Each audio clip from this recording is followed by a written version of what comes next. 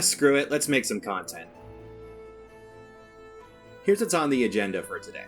I'm going to run through Hollow Knight's intro level, King's Pass, and I'm going to talk about some observations I've made about it, from a game design perspective. No detail is too small to consider here. I'm really going to try to dissect this thing down to its very last cell. It may just be a tutorial, but I think there's a lot to talk about and a lot to learn. Am I going to come up with anything groundbreaking or controversial here? Probably not. This is really just an exercise in game design and level design theory, so if that sounds like fun, let's get started.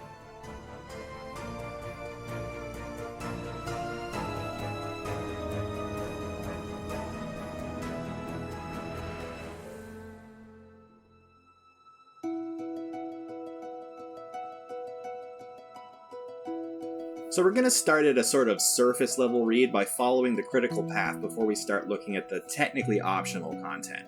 For the sake of argument, as we run through this video, imagine you are a fresh-faced player who is coming to this game with no real expectation or even much experience with other games like it.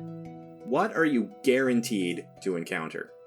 Right off the bat, you will find that the game expects you to try moving without any prompting. One interpretation is that this is a small test of your gaming literacy just to get started. If I had to guess, I think Team Cherry simply felt safe in assuming you wouldn't need direct instruction for basic movement. If anything, it's not unreasonable to expect a new player to start trying buttons at random just to see what they do, and so you'll likely figure out how to move regardless. I do like this choice. I think Team Cherry wanted to get you feeling immersed ASAP and get through the tutorial with as few words as possible.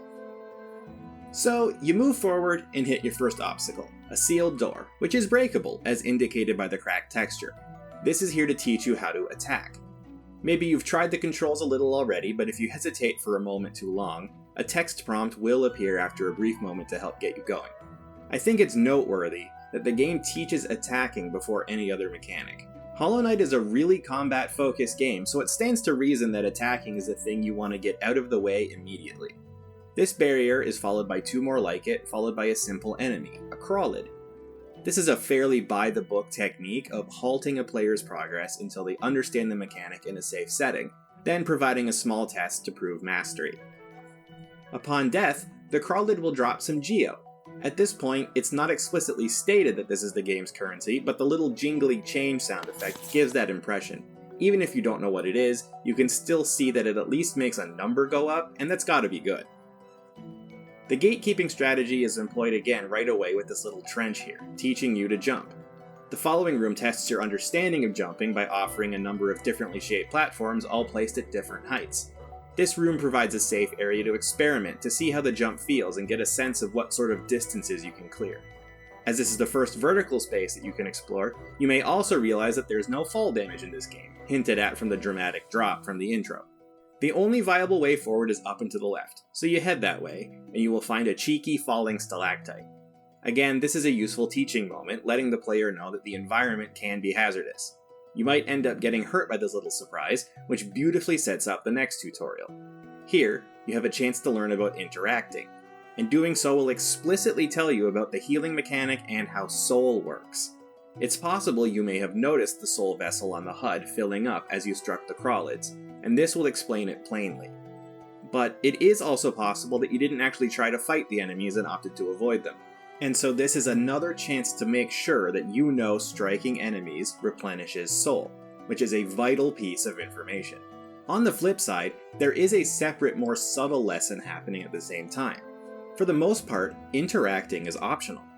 The fact that you can technically just walk right by this sign is a signal that if you want to ignore everyone, that is okay. But it is at least difficult to not notice the text prompt at the bottom of the screen. In fact, this is the only prompt that is guaranteed to appear. It doesn't wait for you to get stuck like the attacking and jumping prompts. This ensures that if you change your mind and want to come back and examine it later, you will at least know how to do it.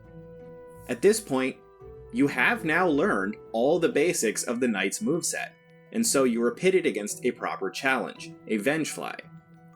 This first Vengefly can be comfortably dealt with on the ground level, but the second one, a little further up, will push you to contend with platforming and combat at the same time.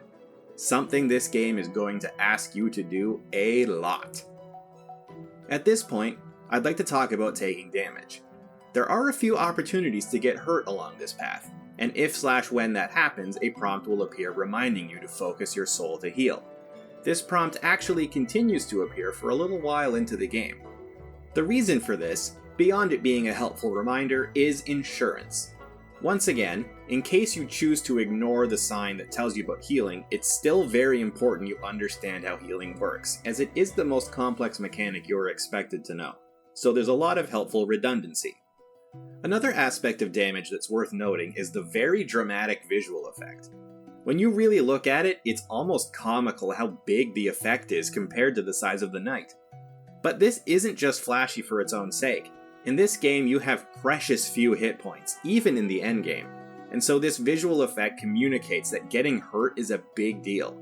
In all likelihood, if this is your first time playing, you're probably not getting through this area without getting hurt at least once. Moving on from here, we get another fun teachable moment. The floor breaks. This indicates two things at once.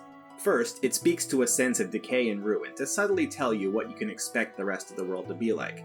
But, more importantly, it shows that this game isn't afraid to pull some tricky stunts every now and again. So now that you're down here, you can't go back up. So you have no choice but to press on and encounter your first spiked floor. This is the real test of your jumping skills. And once the obstacle is surpassed, you'll find a breakable one-way passage.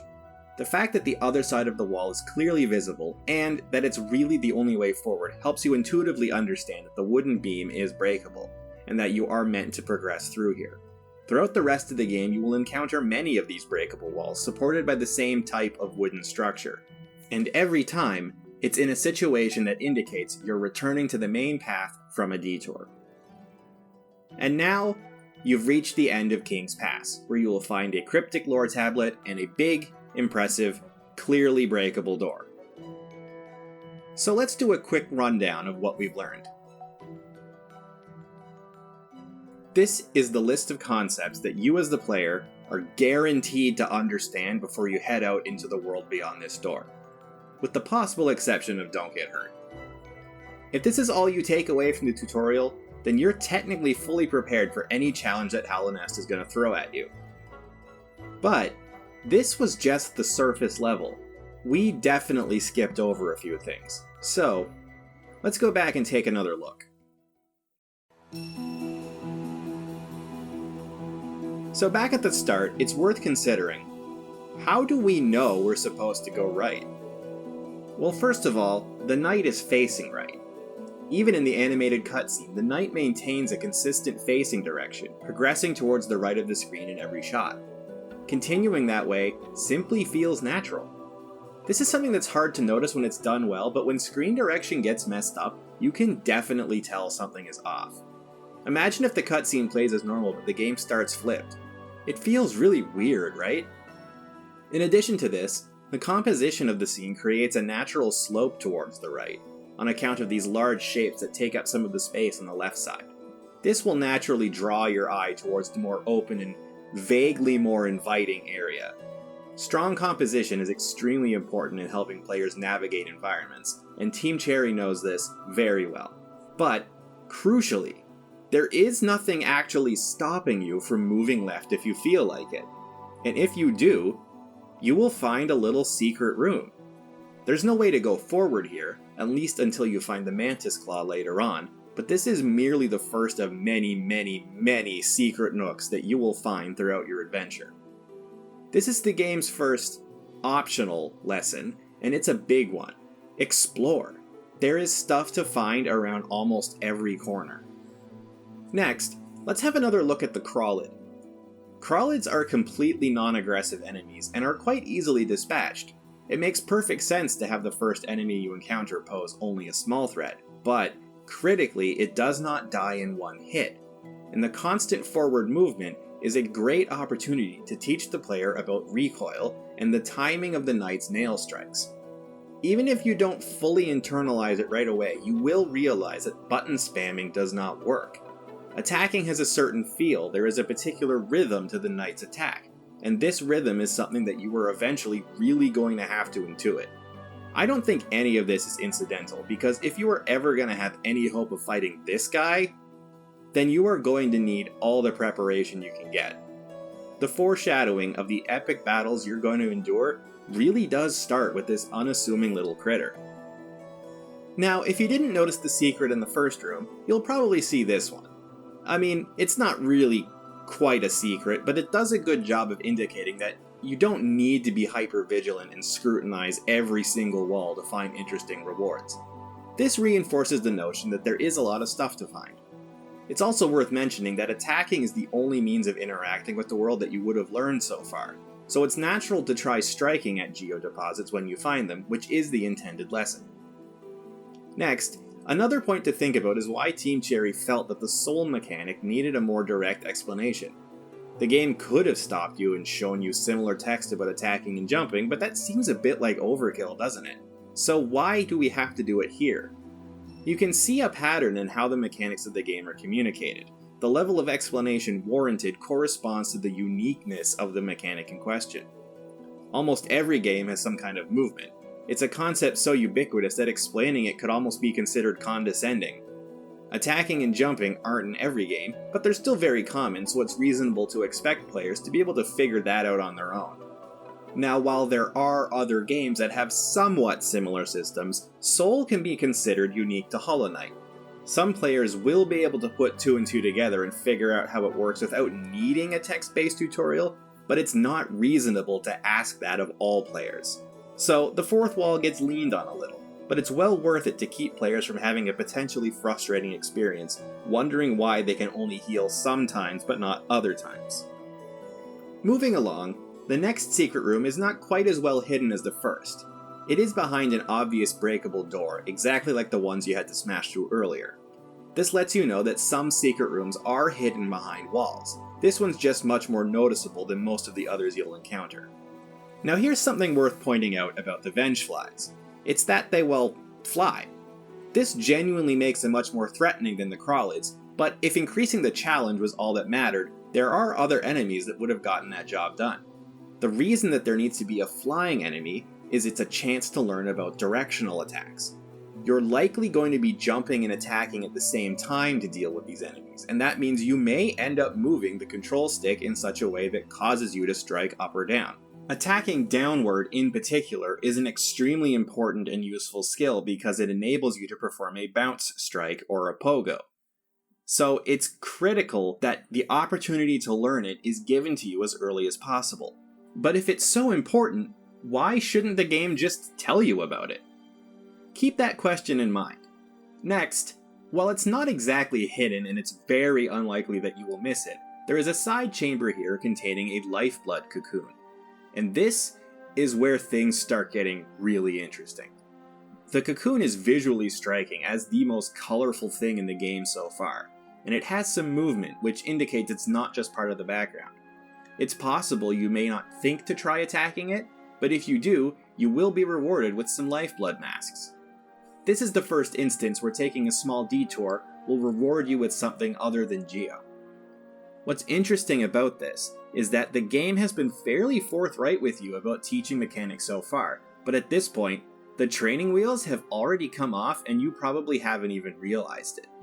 The actual purpose of lifeblood as temporary hit points is never really stated, so you're expected to be able to infer what it is just from how it's shown in the HUD. By the time you reach this point, the game has done its best to make sure you understand that the masks represent your hit points, and the lifeblood masks are blue, and they appear somewhat wonky and drippy, which at the very least communicates that they're not normal hit points. The player will likely take damage soon enough and come to understand how they work on their own. At first, I didn't really understand why Team Cherry decided to put a lifeblood cocoon here. One might be forgiven for thinking that lifeblood is more common than it really is because it's encountered so early, but it's actually a rather rare resource. And once you leave the tutorial, you can't even come back here to get more for a good while. Why bother giving this to you at all? Well, the reason is to confuse you for a moment. You just made your way through some fairly standard challenges, and you're probably starting to form some expectations about what the game is like. So right after you've proven your understanding of the mechanics, this is thrown at you. It almost warrants a double take, like what is this thing? Where's the explanation? You hit it and little things come out, it's totally out of left field, and it does a fantastic job of giving you an unexpected little taste of wonder. The delight of stumbling into surprising and interesting situations is the heart of what makes this game so memorable. This ties back to why you're never directly told about directional attacks or the bounce attack. It's something you're inevitably going to discover naturally, and when you do, you're going to get that joyful feeling of realization that this game thrives on. And as a quick side note, it is worth mentioning that you're never really required to perform a bounce attack in order to progress until you get to the fungal wastes, where you find these bouncy mushrooms. If by that point you still haven't discovered how to do it, the game strongly hints at it by bouncing you backwards if you strike the mushrooms, and then you're confronted with a jump that is obviously too high to make without it. It's quite easy to put the pieces together here, but let's get back on track. Now this next bit is what I'm really excited to talk about. As you make your way over this spiked floor, you will likely notice this gap in the wall. Yet another secret room. That makes 3, and we haven't even finished the tutorial yet. You'll find another geodeposit here, but you will also find another bed of spikes. And I gotta be real, this is like my favorite bed of spikes in all of video games. The spikes are clearly too long to jump across. This is an example of a staple feature of Metroidvanias. The game will present you with an obstacle, but it is one you cannot overcome with your current abilities, which means this is a spot you'll have to remember to come back to at a later time once you get the ability to dash. You are going to come across roadblocks like these time and time again, and this is your first opportunity to learn that this is how navigating the world is going to work. It's a wise decision to put such an obstacle here, especially considering that it's off the main path, which is a clear sign that you aren't really supposed to go this way even if you could get past the spikes. Except, you totally can. Because if you're brave enough, you might give it a try. You probably just got a few extra hit points because of the lifeblood, so you might feel like you can afford to take a bit of a risk. You try the jump, but as expected, you can't make it. Giving up now would be fair, but it's entirely possible that you discovered how to bounce strike when you were fighting the Vengeflies earlier. If so, you might wonder whether it's possible to cross the spikes by striking at them, and it absolutely is. This gives me goosebumps. It's pure elegance. All of the elements in this area have been chosen to give you the clues you need to get across these spikes. The lifeblood, the Vengeflies, the compositional framing, the concept of self-guided discovery itself. If you don't put it all together, it's fine, it's completely optional content, and you can always come back later. But if you are one of the players who did, you are rewarded with a microcosm of all the possible treats this game can offer you. A tantalizing bit of lore, a unique and beautiful background set piece, and an item called Fury of the Fallen? That's sick! It's a charm, which is one of the most valuable things you can find in the whole game, and this charm is specifically designed to promote a risky playstyle. It all fits together so beautifully, and it creates this unique moment that feels like it's yours. This is the stuff of schoolyard legend. You feel like a little kid who can't wait to go rush to your friend during recess to tell them about this cool thing you found in this cool game. This is the greatest lesson that King's Pass has to offer.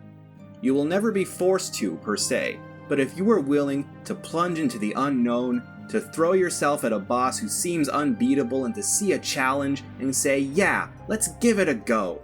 Who knows what treasures could be waiting to be discovered? This single secret passage is the perfect representation of everything that this game is about.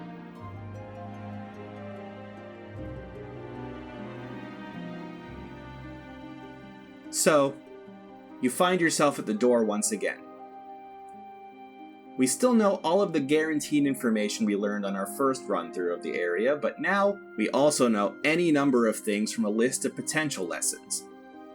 And it's not just these intangible concepts either. You could be leaving King's Pass with a charm, 2 lifeblood masks, and almost 100 geo in your pocket, which is not nothing in the early game.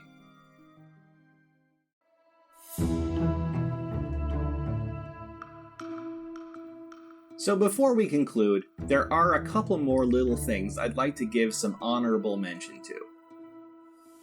From a storytelling perspective, I find these doorways a little interesting. It gives an unwelcoming atmosphere to the area. You're being kept out, and you as the player have to make the decision to say, I don't care, I'm going in, and repeatedly strike down these barricades. It has a real feeling of infiltration, like you're not supposed to be here. The final door, taking so many hits, also reinforces this idea. I love the hard cut once the door finally breaks. It adds a lovely beat of tension before you're turned loose into the world. There's almost an unspoken story in the King's Pass about the crossing of a threshold and the willing choice to go past the point of no return. The restrained use of color is something I like a lot. The overall muted blue palette sets the tone beautifully, but it's not just for mood. It contrasts extremely well against the bright orange effects that this game associates with all things dangerous. Keeping the palette muted allows for these striking pops of bright, contrasting color to stand out all the more. The art direction is just really well done, from both an aesthetic and practical standpoint. So why does the path here follow an S shape? Funny thing, this was the question that prompted me to start this exercise in the first place. I wanted to examine the design of the area in order to get insights that would help me improve my own world design skills. The conclusion I came to about the shape is that it's actually not that deep. The S is simply an efficient way to pack everything into a mostly square space. There's no real mechanical reason not to lay all the rooms out in a straight line, but it would get a little unwieldy to work with in an editor. It doesn't really fit nicely on the screen and it just feels a bit boring. Plus, folding the path in on itself creates opportunities to interconnect areas with alternate routes or secrets. I can imagine the process of designing a map like this is to simply start with a vague squiggle and see what ideas you can come up with. The second Vengefly in this room is perfectly placed so that it is very likely to get hit by this stalactite. It's not guaranteed, but it's another potential lesson that hazards can potentially hurt enemies too. Plus, getting environmental kills just has this juice to it that's so hard to explain. This doesn't really have to do with level design, but the fact that the HUD appears with this little animated flourish is really cool because it helps draw attention to the soul vessel right from the start, making you much more likely to notice it changing when you hit enemies, and therefore more likely for you to understand how it works. I love this little side chamber here beneath the collapsing floor. You might end up falling into it by pure luck if you panic and try to move backwards once the floor breaks, but if you take the secret path, you will get another chance to collect this geo. The secret path spitting you out in this particular spot is also very deliberate, because if you're coming back here after finding the Mantis Claw, this route is actually quite streamlined, leading nicely back through to the first chamber, and on the chance that you didn't find the secret room on your first run through, you are now already moving left, increasing your odds of finding it, and it's entirely possible that this is how you'll first find the Howling Cliffs. Having the first moment of gameplay be this long descent is a very nice bit of thematic foreshadowing. Not only does it reflect the overall trend of journeying down, and further down into the depths of Hallownest, but to me it also kind of mirrors the descent into the abyss towards the end of the game.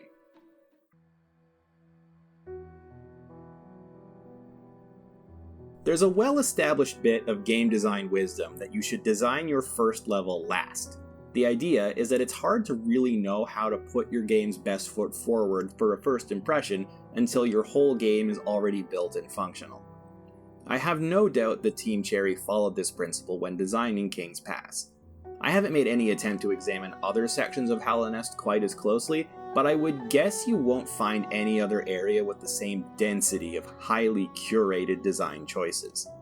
Part of the reason that there's so much to talk about here is that it is a tutorial level. This video might have felt a bit like I'm overstating points that other people have already made. I deliberately didn't research any previously done analysis because, like I said before, this was an exercise in game design theory and I wanted to test myself on what I could do on my own. Hollow Knight is almost 10 years old right now, and it's pretty unlikely that I'm saying anything that hasn't already been said, but the classics are classic for a reason. And I bet we're still going to be talking about this incredible game in another 10 years. Like the world of Hallownest, the road of game development runs through a twisting, messy thicket, and every developer has to blaze a unique trail through it. And it's always worth it, even when retreading familiar roads, to stop and ask, wait, What is that? Why is it here? You may find that inspiration can be hiding under even the most unassuming stone. So leave none unturned.